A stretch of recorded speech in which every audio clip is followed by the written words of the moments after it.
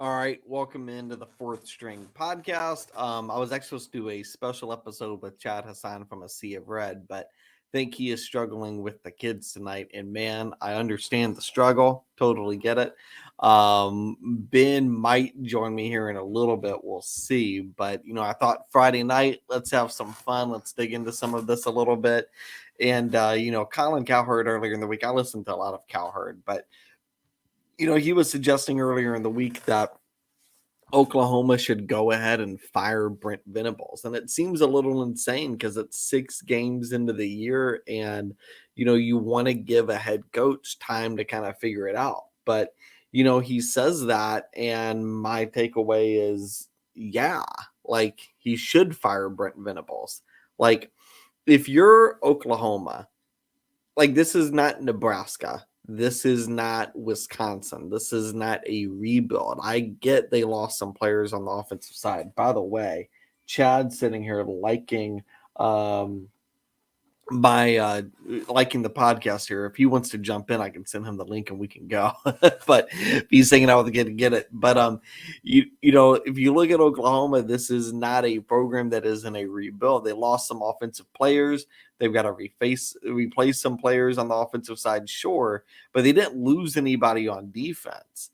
And if you watch the game against Texas, to get trounced 49-0, it's inexcusable. Them being 3-3 is not the end of the world. I think the problem right now that Oklahoma fans are having is look at the games and how you've arrived to 3-3.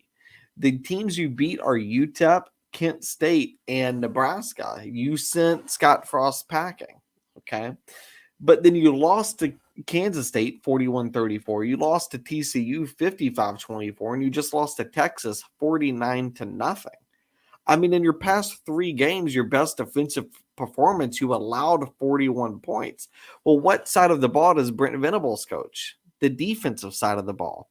So, yeah, I mean, I think it's inexcusable. And I think Oklahoma, for the better part of the past 2 decades, has really been one of the more dominant and consistent teams. Like, they have been much closer to Alabama than USC has been. They've been much closer to one of the top 5 teams in the country than even some of our traditional powers, USC, Michigan, Notre Dame.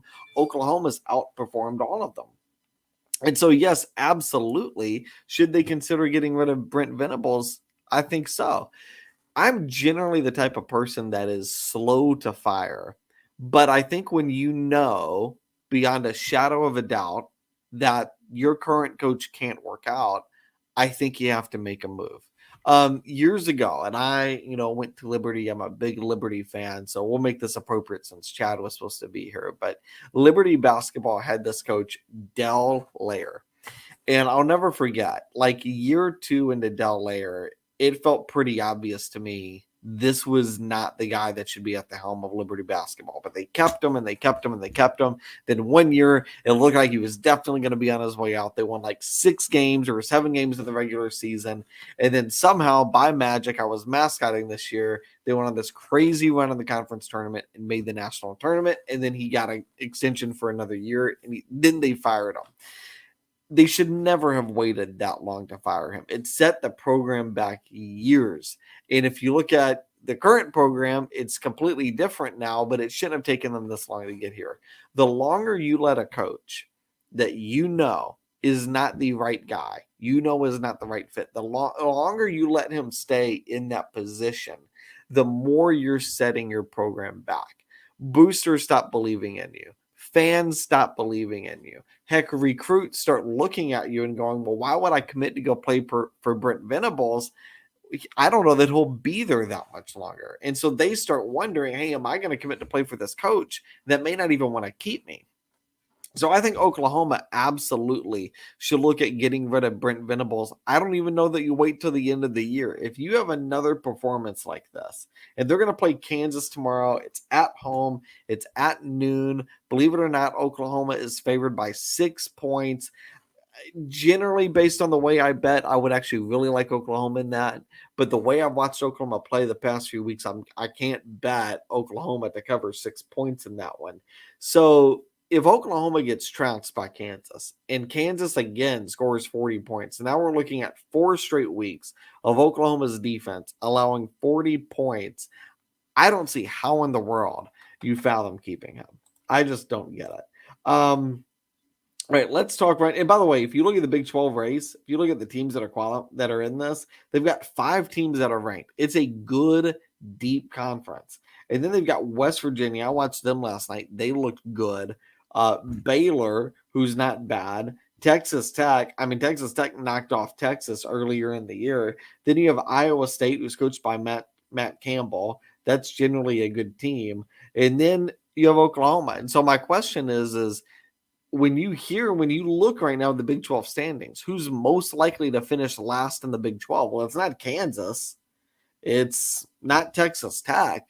Right now, as of today, Oklahoma would be the favorite to finish last in the Big 12. The rest of these teams, they have an identity. They have good players on both sides of the ball.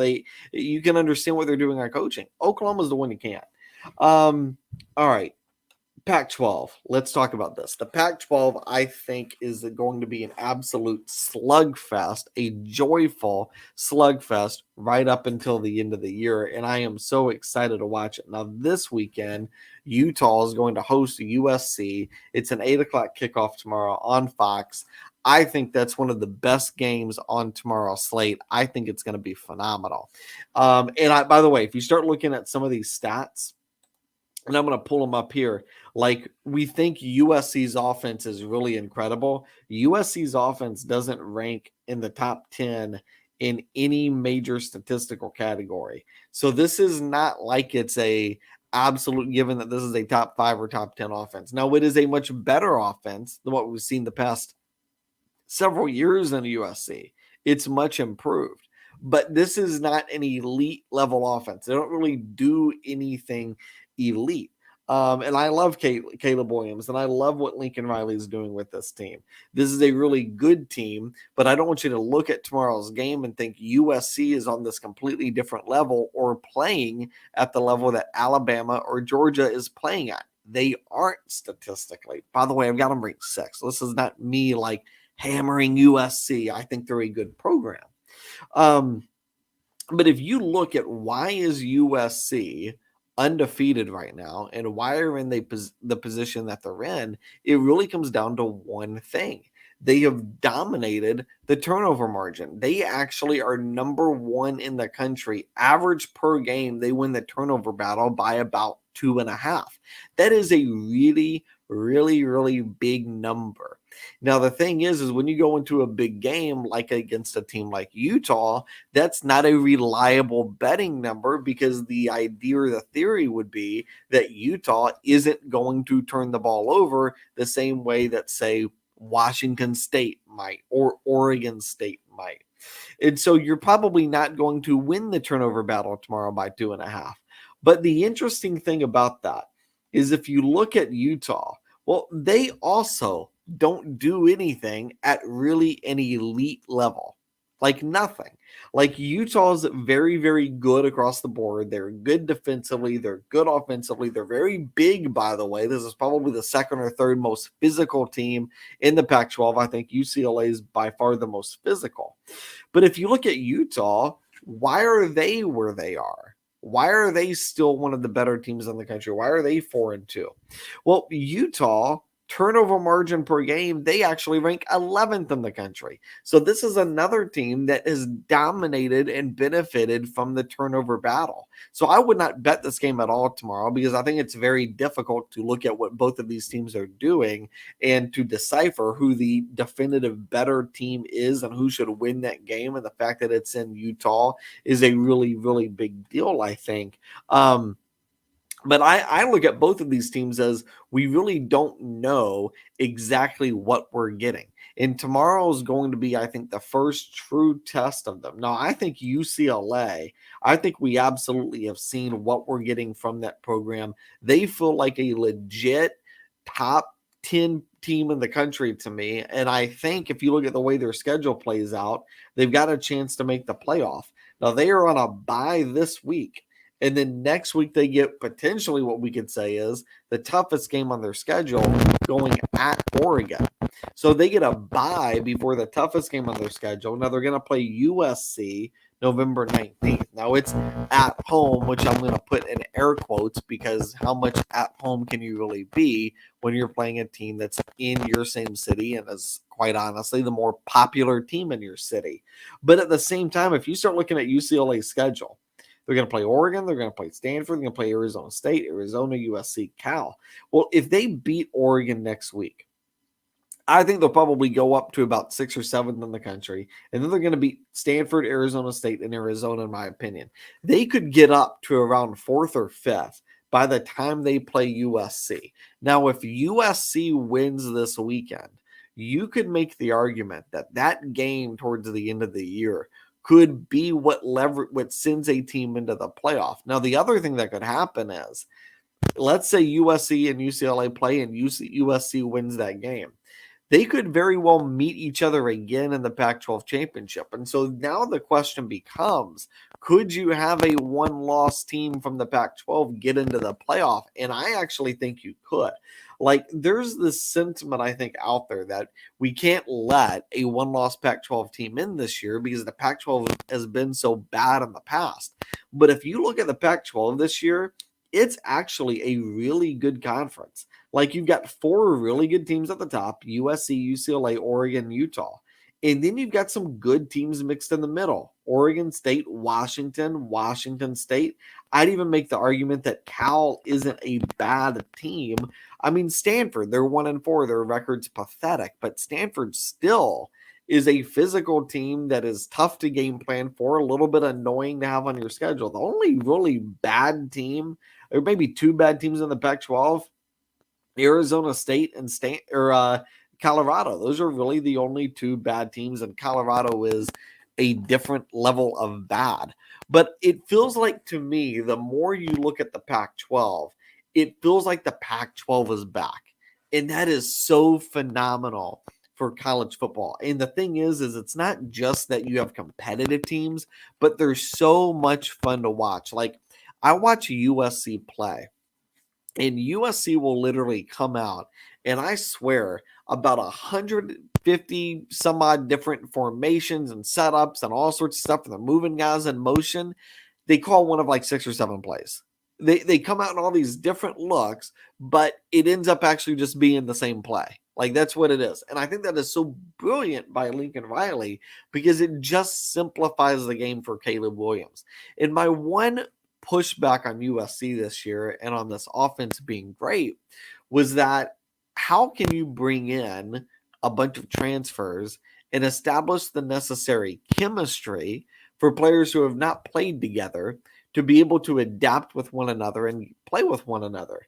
Well, when you simplify an offense like that, I think it becomes very easy to adapt to. And that is what USC's offense has been. So they are the pretty simple, but it looks complicated offense. Then you watch UCLA. They are an extremely difficult, complicated offense. There is no sugarcoating it. It is not simple. And so I just love the way those 2 teams are playing. And I think this USC Utah game tomorrow, I have no idea who is going to win because I think they're both surviving because of the same reason, winning the turnover battle. Well, look, Cam Rising Jr. has only thrown 3 picks. Caleb Williams has only thrown 1 pick. You're not going to see a bunch of interceptions thrown tomorrow. You're just not going to see that. So who wins? I think it's anybody's guess. I think it's going to be a really, really good game. Okay. Let's move on to something else. So Alabama tomorrow is going to play Tennessee. That game, by the way, let me see if I can pull up the line here. Last I checked, I think Alabama was favored by 6.5. Let's see. We may be able to get Ben to jump in here as well. All right. Now the line is actually moved to Alabama -9. Let's see. Hold on just a second. Let's see if we can get Ben on. So you want to jump on the podcast? I'd love to bring Ben on and discuss the Alabama-Tennessee game. So the line is now moved to Alabama -9, which I find fascinating. When you look at Tennessee, because everybody's excited about them, and I think it's no secret what Josh Heupel has done with this team is absolutely incredible. Hendon Hooker looks like an amazing quarterback. Like you do get, he's not throwing an interception all year long. Not one time this year has he thrown an interception. And at the same time, Tennessee actually ranks second in yards per pass yardage attempt. Yeah, I think I said that wrong, but passing yardage attempt, meaning they are throwing the ball downfield. These are not screen passes. These are not short little slants. These are aggressive passes downfield, and he's not throwing picks. It is absolutely insane. But then when you look at Tennessee's schedule, they've played Pitt, they've played Florida, they've played LSU. Those are their three tough games. They've also played Akron and Ball State. These are some of the, like when you look at Florida, LSU, and Pitt, none of them have good defenses. Like, not really. And my pushback right now in Tennessee is they have not been tested at all. Alabama's defense actually ranks right now number one in the country on opponents' yards per play. They're number one. They are only averaging 3.6 yards per play, only 2.4 yards per rush, only 5.3 yards per pass. It is an absolutely elite and lethal defense. They are going to be absolutely incredible tomorrow. And I think Alabama is actually going to win this game. And that line being -9, I think it seems crazy now. But what happens when Hendon Hooker, first quarter, throws a pick on that defense? Is he even ready to respond? We don't know because he's not throwing a pick all season, which is great. But the flip side of that is we don't know how he's going to respond. All right, let's see if I can get Ben on. He wants to jump on. Let's get him added into this thing. All right, I'm going to shoot him an email. I know you guys just love watching me do this. All right, let's get Ben on. Go sending him the invite. All right, so we're getting Ben on. I'm sure he's going to yell at me about the Tennessee-Alabama game tomorrow, but I'm telling you, I'm looking at this game. I think Tennessee's been incredibly reliant on Hendon Hooker to win games against bad defenses. Tomorrow, they're going to play a great defense, and I don't know that they're going to match up very well. I actually really, really like Alabama going into that game. Now, the question is going to be that Bryce Young, will he play? As of 40 minutes ago, Nick Saban is hopeful. So there is no guarantee that he's going to play. And excuse me. If he doesn't play, they're going to have to go to the backup, Jalen Milroe. And I do like Jalen Milroe, but there's been no mistake watching him come in for Bryce Young. It's not quite the same at all. So you look at Alabama the past couple of weeks. They played a close game with Texas A&M last week. They had played a close game with Texas earlier in the year. They need Bryce Young to play. Milroe last week, by the way, only threw for 111 yards. So it's not great. But Texas A&M's got a good defense, and I don't know that Tennessee does. So my prediction for tomorrow is I think Alabama goes in there. I think they're going to win this game like 34-14 or something. I don't actually think it's going to be close. Now, again, I wouldn't bet it because I get why if you're watching Tennessee, you see this super explosive offense. But I actually think Alabama's the better team going into that game. Ben's getting ready to hop on, by the way. Oh, another great game tomorrow is, that was strong. Oklahoma State's going to go to TCU. TCU is just favored by 4. I actually really like TCU in that game. I don't feel like Oklahoma State, I put them in my top 10 this week. I do not feel like they are for real. I've watched them play. They don't do one thing great. They just manage their way into wins, which is fine.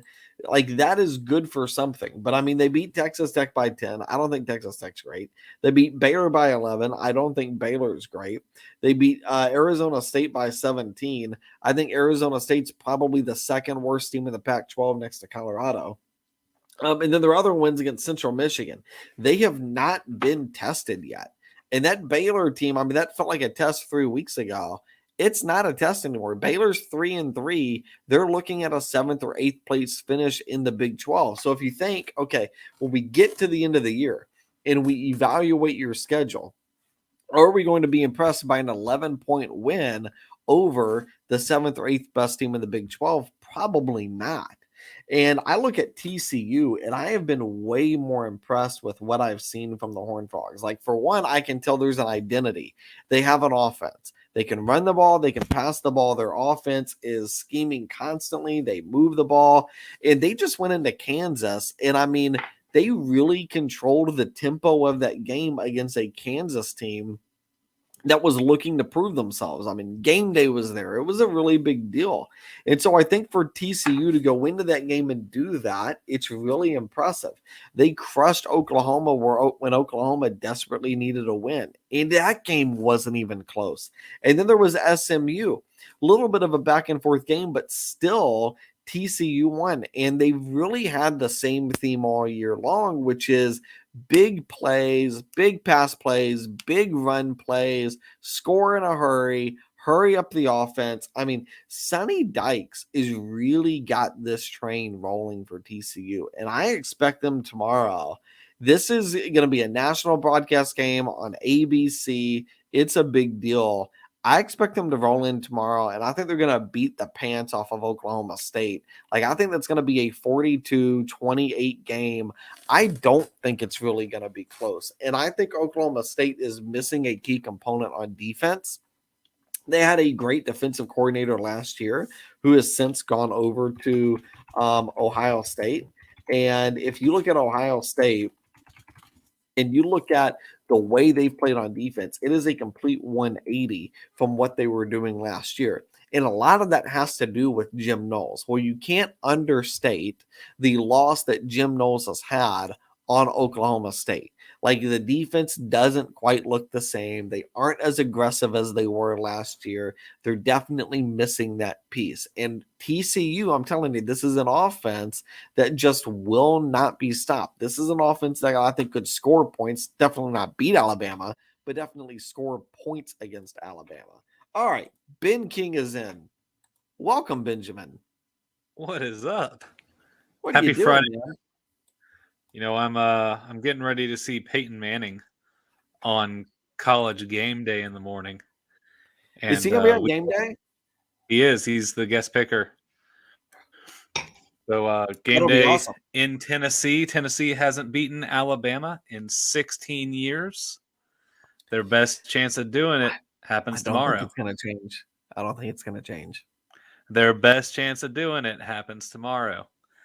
It's their, Alabama but that's hasn't the key looked in what great. you're saying. What's that? Alabama hasn't looked great, and with Bryce Young questionable, it's a possibility. So, okay. Well, Bryce Young is definitely the key. Here is the thing, though. So, when Alabama struggled against Texas A&M, that's other than that, they have looked great the whole year. And I don't think you can argue, like, if you go to that Texas game, like, I look at Texas now, and I know they lost to Texas Tech. Honestly, Ben, I kind of want to redo my power rankings from what we did on Sunday to put Texas in my top 10. Honestly, with their starting quarterback, yes. Quinn Ewers, that's the game changer, right? And so Alabama, I mean, they had one close game against Texas, who I think is a top 10 program, and they had a close game against Texas A&M. Now, Texas A&M is extremely talented, right? Like, no questioning that. They have had so many good recruiting classes. They have so much talent on that team, and they were desperate to beat Alabama. And Milroe didn't play great. He only threw for 111 yards. Still, Alabama won that game. I think that says something that he was able to do that. Now, they need Bryce Young back, definitely. They are a different team with him. But the thing is even with him questionable, Vegas is giving Alabama 9 points at Tennessee. And, you know, the other thing is, and I was talking about this here a few minutes ago, I'm looking at Tennessee's schedule. Okay, Pitt, Florida, and LSU are their 3 big wins. Pitt, Florida, and LSU all have something in common. You know what it is? No. What is it? Okay. They're not very good. Love it. And so this is the reason why we like Tennessee is because they beat up on LSU, who's not very Mhm. good. They beat up on Florida, who's not very good. Now, those two teams will be great next year. They're not great this year. They're figuring stuff out. And they Yep. beat up on Pitt, who I don't think Pitt is really a great team. I mean, Pitt's probably going to finish third in the ACC Coastal, which is the worst Power 5 division right now in college football. So I don't look at I I think Tennessee is doing well to be undefeated. I think you can't argue that Josh Heupel has got the team in a much better position. But to take that and say this is proof as to why Tennessee can beat Alabama, that feels like a pretty drastic leap. Yeah, I never said it was proof that they could, but Well, you did not, I but I definitely think there's believe this this is their sentiment. best chance. Yeah. Yeah. Well, I mean, it is by far the best and most exciting team Tennessee, I think, has had since. I mean, what would you say? Like, it's got to go back 15 Gosh. years. Yeah. Yeah. I honestly, I can't remember. Yeah. I can't remember Well, when Tennessee was worth a crap. I mean, it's been, maybe it was with Peyton. Or maybe that was Maybe it that. was Um, back but you in know, back in the 90s. well, in Hendon Hooker, 10 touchdowns, no picks. He's got to at some point get into the Heisman conversation, no? He has to be. Uh, People were saying maybe his Heisman moment comes in this weekend. So it's Well, if he puts on a show. if they knock off Alabama, it would definitely be that. Mm-hmm. I'm trying to think. So when Alabama's lost, they lost to Cam Newton, they lost to Johnny Manziel, they lost to Joe Burrow. Really, aside from the loss to Georgia in the national championship game, which I would say might be the best assembled football team in the history of the sport, aside from '01 Miami. Aside from that, when Saban loses, it's to a great quarterback. And so, I mean, if they're going to lose, if Bama's going to lose tomorrow, I think it's going to be because of Hendon Hooker. Yep, completely agree. Getting out of Virginia Tech was probably the best thing he ever did. I mean, it is crazy that Tech is so bad, and Hendon Hooker has gone over to Tennessee and just had this incredible career. Yep. I think there's a reason Justin Fuente's not gotten another job offer. Yeah, it's unfortunate, but good for everyone who hasn't hired him. Have you talked about the Virginia Tech Miami game? So is that tomorrow too? It's tomorrow too. It's on no one's radar because it doesn't matter. They're both 2-win teams. But one what of those used to teams is not decide, making a bowl. I don't know if either will. Well, that's true. This But this whoever game used to loses tomorrow decide is the not Big making a East. bowl. Yeah, it did. And then for a while, at least early on, it decided the ACC. So it's in Blacksburg. Mm-hmm. Miami is a 7.5-point favorite at Blacksburg. Miami's not even a great team. Like, they're a bad team, and they're still a touchdown favorite on the road at Virginia Tech. Yep.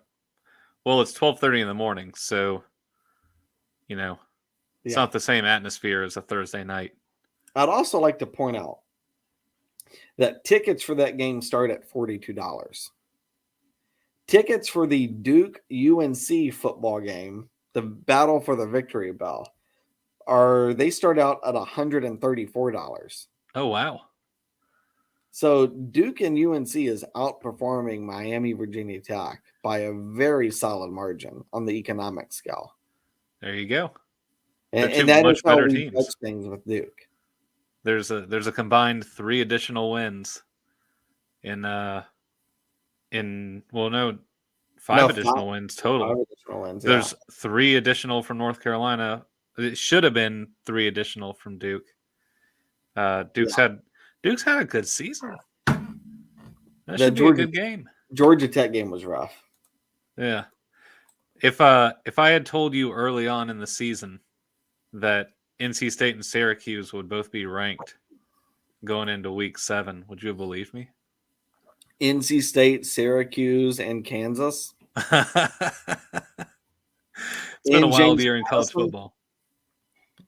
And Yeah. James Madison's ranked. JMU undefeated.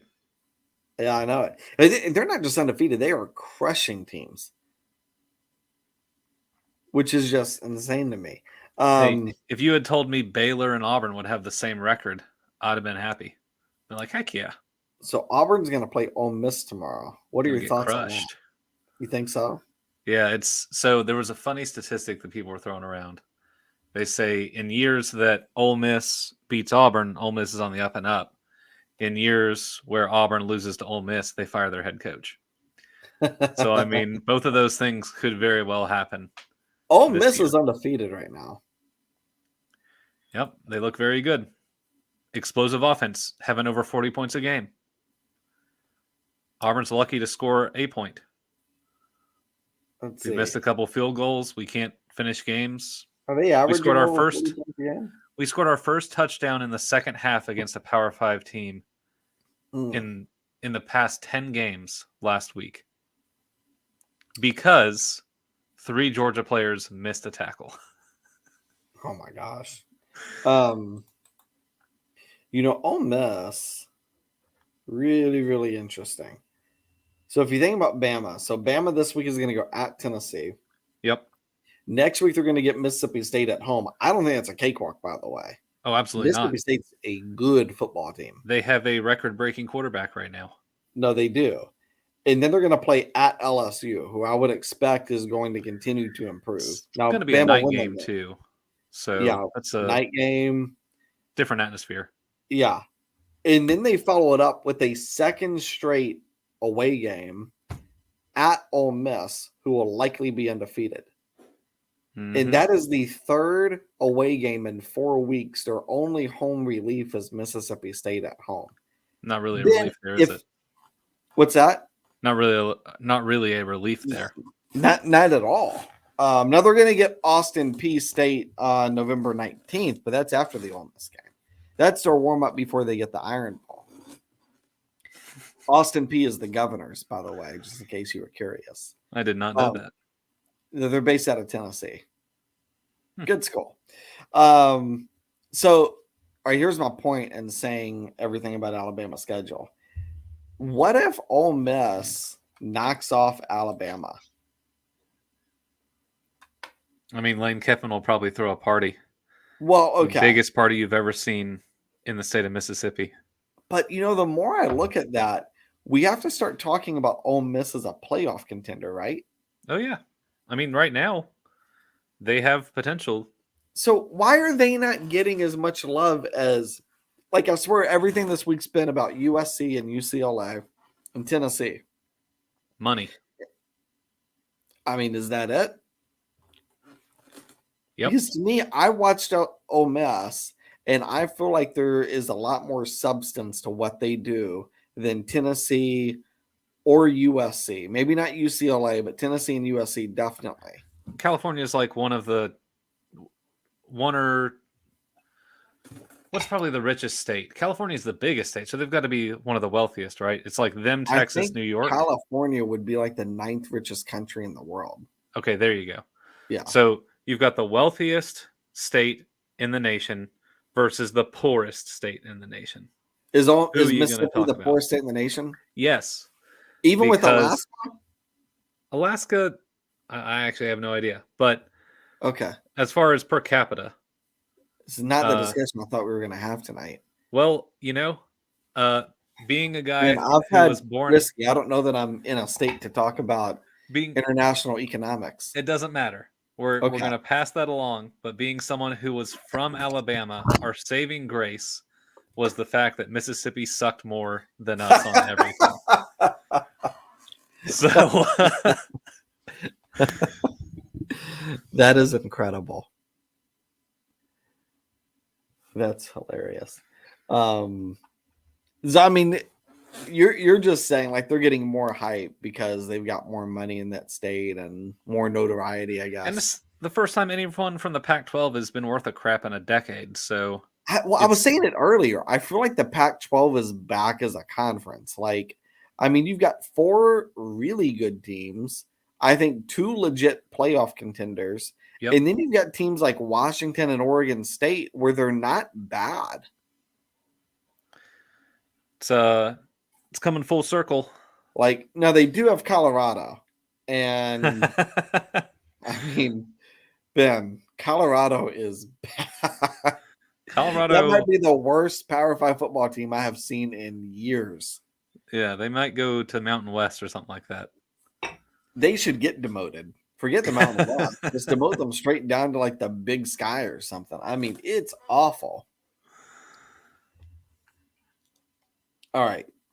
What other? We got some other big games. We got that. Let's say who's Michigan play? Michigan plays Penn State. Yeah. Holy crap! Why am I going to homecoming tomorrow? I'm missing all this crap because Liberty's playing Gardner Webb for the millionth time. Does Liberty put any other games up on the screen for you guys? No. I'll have my iPad tomorrow. I'll tell you that. There you go. I'll be tailgating. Yep. Well, we do have in the cabana. We have a TV in the cabana, so I can watch it on there. Well, there you go. Yeah.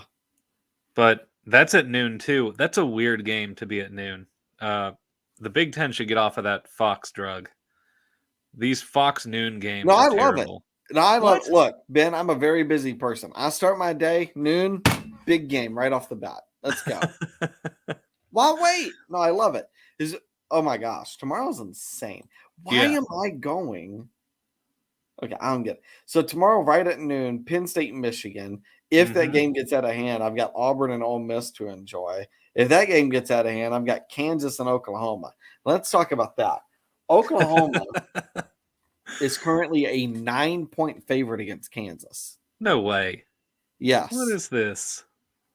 Why? I have no idea. That seems like an easy line to take.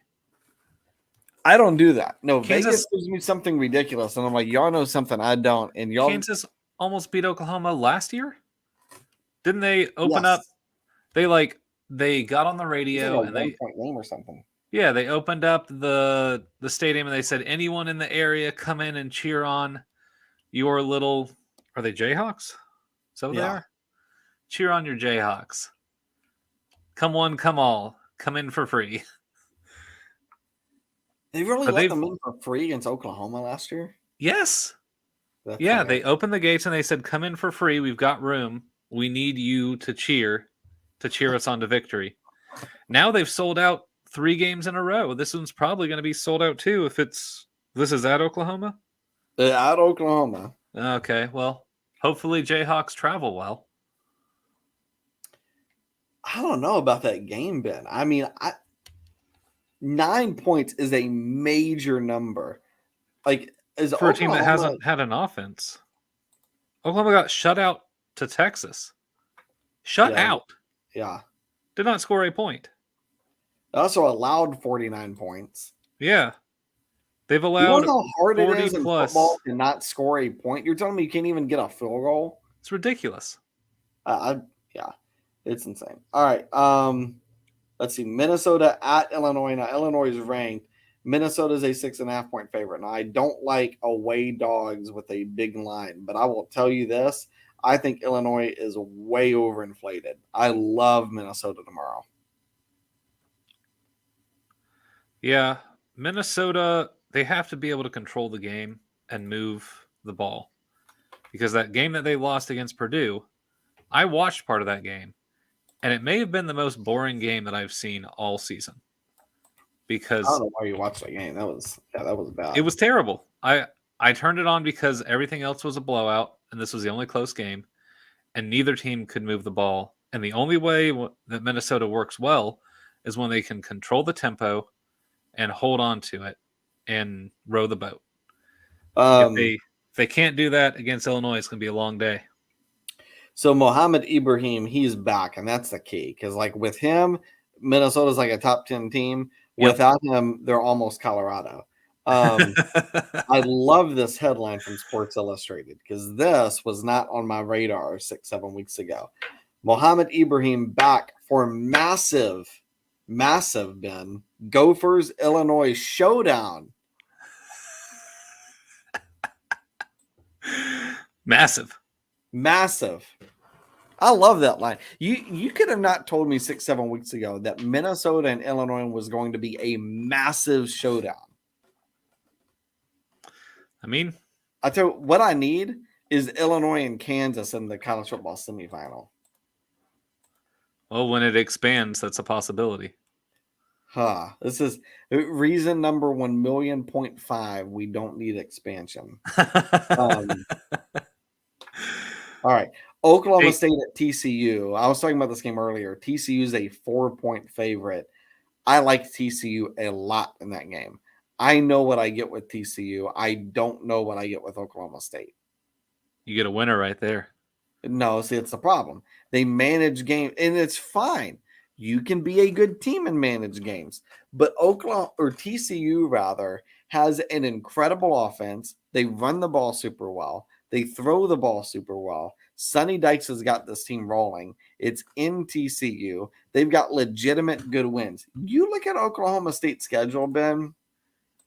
What's the good win? The best win, I would argue, is Baylor. And if you look at the Big 12 standings today, Baylor is going to finish 7th in this conference. That is their best win. Baylor just lost to West Virginia. Exactly. Like Thursday night? Yeah.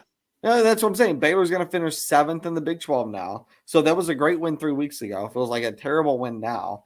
Their other wins, Arizona State, who's fired their head coach, Central Michigan, who is Central Michigan, and then Texas Tech, who, I mean, they did beat Texas. It's a fine win. Texas Tech is a fine team, but you only beat them by 10.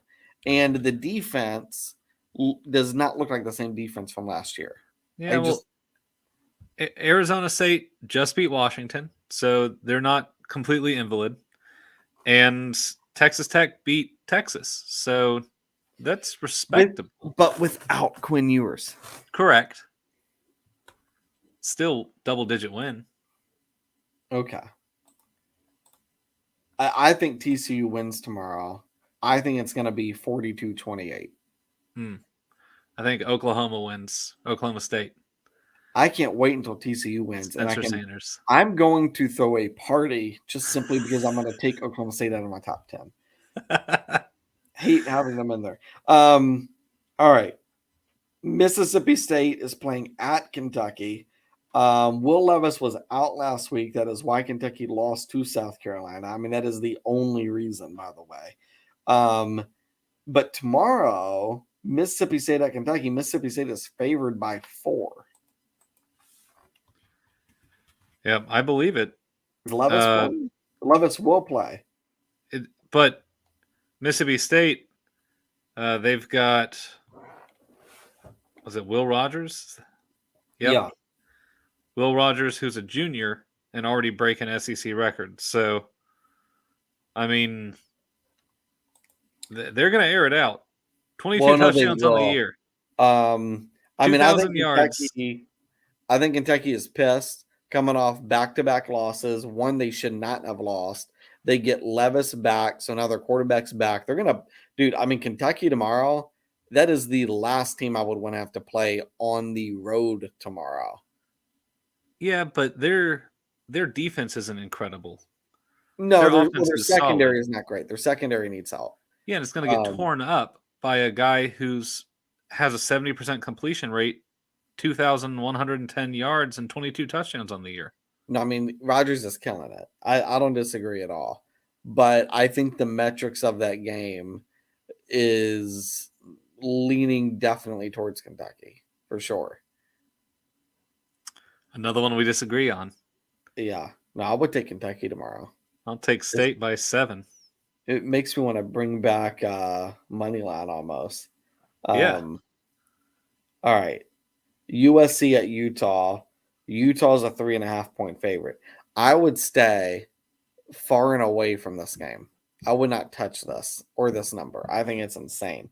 And I was talking about this earlier, Ben. If you look at Utah and if you look at USC, they're not elite at anything. Like, we all think USC is this elite offense. Now, it's a good offense. They don't rank in the top 10 in any major statistical category. Same with Utah, by the way. They don't rank in the top 10 in any major statistical category. But where they're both great is they both are amazing at turnover margin per game. Mhm. USC is number 1 and Utah is number 11. So that's why they're winning. Well, my theory is in a big game, you're not going to have a bunch of turnovers. You'll get them against Oregon State, you'll get them against Washington, whatever. You ain't getting them in a big game like that. And it goes for both teams. So that game tomorrow, I really feel like we're going to find out who the better team is. I don't know. I wouldn't bet in either ways. I think this could literally be a coin flip, but who do you like?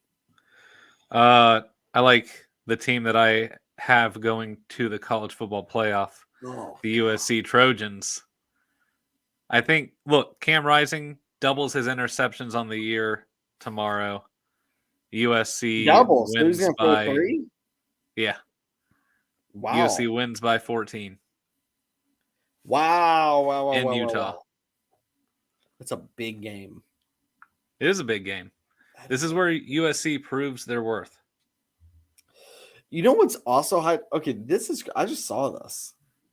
Clemson's playing at Florida State tomorrow, 7:30. Florida or Clemson. Hold on, that game's on ABC. Is that Herb Street's game tomorrow? That is so stupid. If after all these great games, he's got to do Clemson and Florida State. Yeah, that would suck. I mean, that's got to be what it is. It's the ABC night game. That's got to be Herb Street. That needs to be RG3. Nevertheless, Clemson is a 5-point favorite, just 5 at Florida State. It's ridiculous. And then I don't completely disagree with it because I don't think Clemson does anything great either. And I think Florida State is a much better team than what they were last year. That feels like not a great team necessarily, but a much improved team. They're coming off back-to-back losses. Both were close against top 25 teams. I think they can hang with Clemson tomorrow. When you are trash on fire and you put out the fire, you are still trash. FSU is not a team worthy to be in the same stadium as Clemson. They are trash. They put out the fire and started rebuilding. Last year they put out the fire. They've already rebuilt the thing. Jordan Travis is amazing. 9 touchdowns, 3 picks, 63% completion rating. Look, as an Auburn fan, I know trash. And you do. You are well acquainted with trash. FSU is right there. I don't like it. So the Arkansas BYU game, have you covered that yet? A game that should have been really electric. You know, the interesting thing about that game is both those teams play Liberty. Mm-hmm. It's pretty wild. You're going to those games, right? This real quick.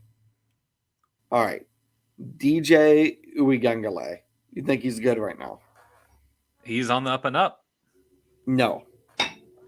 Clemson ranks 67th in the country in yards per pass attempt, meaning all of his yards, all of his big plays are coming on little screen passes.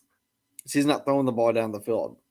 Now, Hendon Hooker, which I mentioned this earlier, he is throwing the ball down the field. He ranks second in the country in yards per pass attempt.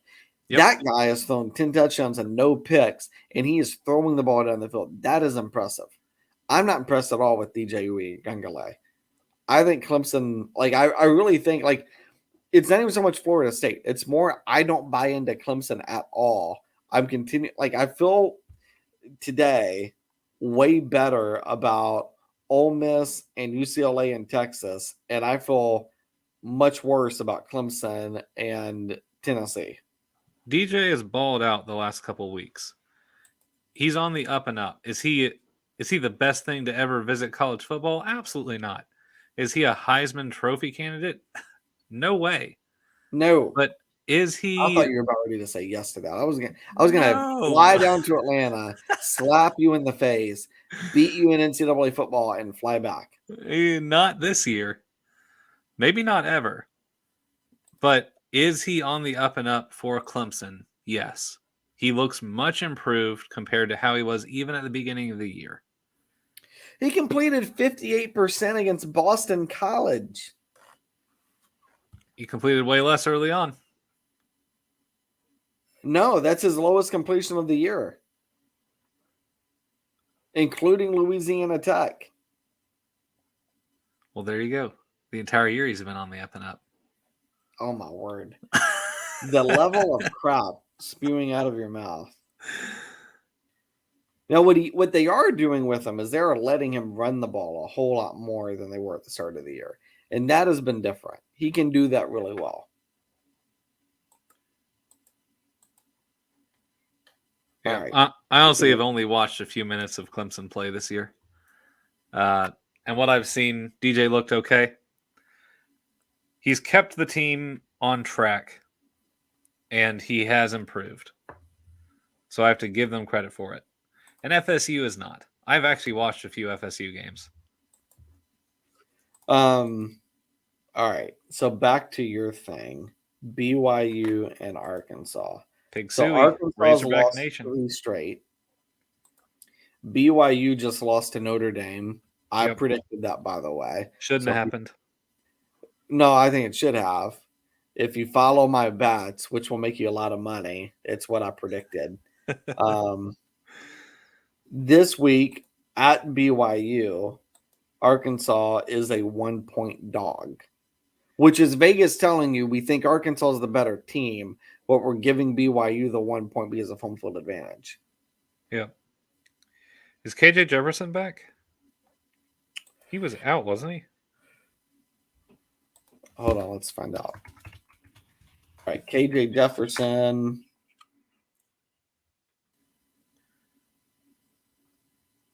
Let's see. Hold on. Dude, I don't need all this. I just need to know if he's in. What's with all these stupid pop-ups? It's like, all right. Looks like KJ's supposed to play. Perfect. I feel a lot better about Arkansas's chances then. Yeah, he's been at practice all week. So we think he'll be back. I mean, he's a difference maker. If he's in, that's a great team. Yep.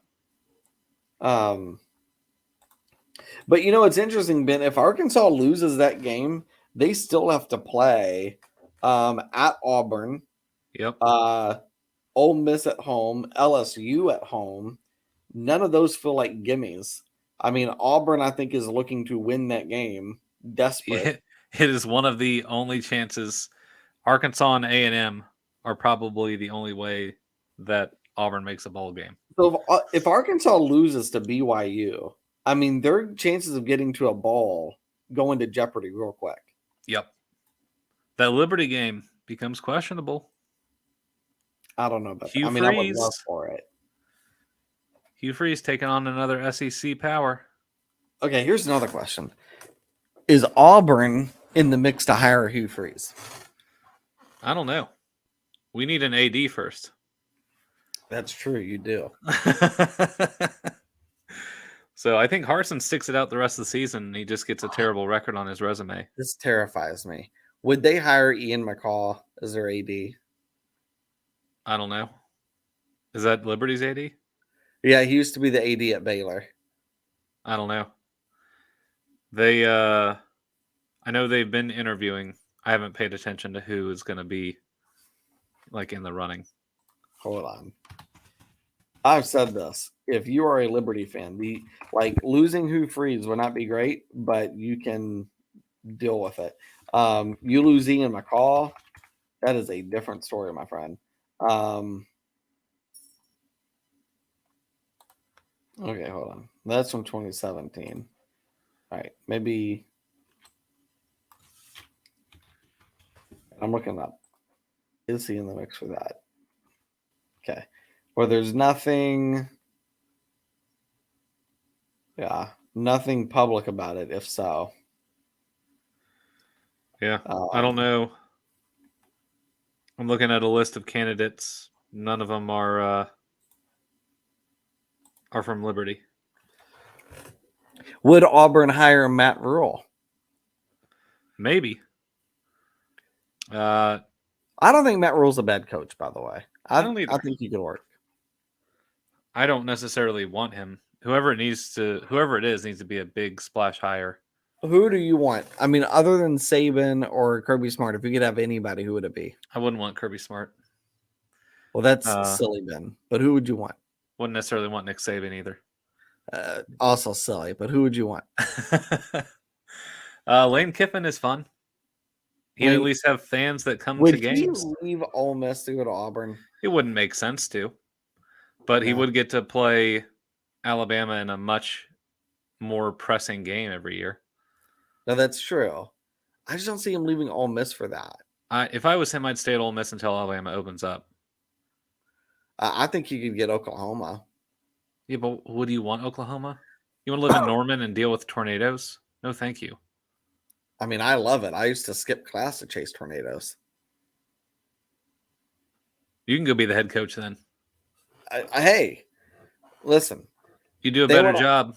They need to look at my Idaho resume. There you go. Championships. Submit some NCAA records there. All I throw is the Hail Mary. That's it. It's one play. Hey, you don't need anything else. It works in the Big 10 or Big 12, whatever it is. Not in the SEC, so get ready for that. I don't do the screen pass stuff. I don't have time for it. It's Hail Mary, go home, go, like, all right. What else, Ben? What else is on the docket for this weekend? Oh, man. Who's Liberty playing? On the Michigan-Penn State game. Yeah, we brushed over it. Penn State's pretenders. I think so, too. I don't think they're going to wipe the floor with play that Michigan has. Nah. Like, I think J.J. McCarthy makes Michigan a completely different team. Though I will say he takes forever to release the ball. I hate watching it. It's like you watch the, offensive line and then they break down because it's taking 5 seconds. And you're like, are you ever going to throw the ball, dude? And then he finally does. And I don't know that you can do that against Penn State. Yep. Penn State. Is it in Happy Valley? No, it's in Michigan. Okay, well, they're screwed. Penn State's going to lose with their 10th year senior. At home. Meh. The 10th year senior probably going to get hurt, and Michigan will wipe the floor with them. Yeah, I mean, I don't know. Penn State played a close game with Northwestern. Yep. Like that. And Purdue. Yep. They crushed Auburn. I mean, crushed Auburn. Obliterated. It was Auburn. Pathetic. Terrible. It was the most pathetic second half I've seen since the last time we got obliterated in the second half. I won't keep rubbing it in, Ben. I know it's bad. Yeah, I think you're giving me J.J. McCarthy, which I like better than Sean Clifford. Yep. I like Jim Harbaugh. I do not really care for I'm not blanking on his name. Old Vandy man. Yeah, James Franklin. Yep. I do not really care for James Franklin. Same. He's one of the most overrated coaches in the sport. I honestly thought he was going to get fired before they gave him a 5-year extension. Wouldn't have shocked me. Yep. Wouldn't have shocked me at all. So here's another game. Coastal Carolina has been quietly undefeated thus far this year. How is it they are undefeated and not ranked, but JMU is undefeated and ranked? I was going to ask you the same thing. I was like, how is that a thing? Yeah, I don't get it. I would rank Coastal right before JMU. I mean, granted, I guess Coastal every single game has been pretty close. 28-21 against UL Monroe, 34-20 against Georgia Southern, 38-26 against Buffalo, 31-27 against Gardner Webb. You going to show them up tomorrow? What's that? Is Liberty going to show them up tomorrow? Well, no, because we got Jonathan Bennett at quarterback. We'll be lucky to score 24 points. What happened to your boy? Arthur? He had surgery. What? He's out indefinitely. Oh my gosh. Now Charlie Burr is supposed to come back for a couple of series tomorrow. Okay, well there you go. They need to get him playing time because he's played hardly any in the past year and a half. They are going to need him against BYU next weekend. Mm-hmm. Let's see. Yeah, Coastal plays ODU ODU is not living up to my expectations for them this year. No. Well, There's a it's good all because chance. of Kuntz. Because of what? Kuntz. Oh, that's right. My man. Zoink, Scoob. There's a good chance that JMU and Coastal Carolina play each other undefeated at the end of the season. ODU's coming off a bye week. And ODU's really kind of been in every game they've played. I don't think Coastal just crushes them tomorrow. I think ODU's going to keep that one close. I'd say it was an automatic loss. Yeah. All right. Who else do we have tomorrow? I think that's pretty much it. We covered everything. What about Miami of Ohio and Bowling Green? What do you think? I don't care. At least you're honest. I'll tell you another underrated game nobody's talking about. Maryland and Indiana. Maryland's had some close losses. Maryland's good. Indiana's good. Both of them played Michigan fairly close early. Maryland coming off a 2-point loss to Purdue. Indiana coming off a 21-point loss to Michigan. Indiana also just fired their offensive line coach. Indiana's lost 3 in a row. Cincy, Nebraska. That's a tough one to lose. And Michigan. Yeah, maybe it's not a good game. You can't lose to Nebraska in 2022 and be a good football team. Yeah, Maryland only lost to Michigan by a touchdown, so they're a decent team. The other Tyvon Galoa is getting ready for the NFL. Well, Maryland's exactly what you and I said they were going to be. They are all boomer bust. Like, I mean, they can score a bunch of points. They can do lose to well Purdue. to get a big lead. Yeah. No, they are exactly what we thought. All right, Ben. I appreciate you put the Auburn jersey on last second for this. Oh, that's right, man. I keep it right here beside me. It's my uniform for this show. That's amazing. See, we never know what's going on in the background with you because you've always got that fake thing back there. So we never know. It's just a blue curtain. Just a set of curtains with a blue wall. Okay. It makes a good like green screen type deal, except a blue screen. So it's like the Star Wars movies. Wait, what about the Star Wars movies? All the original Star Wars movies were filmed on a blue screen. Really? Mm-hmm. Why do you know this?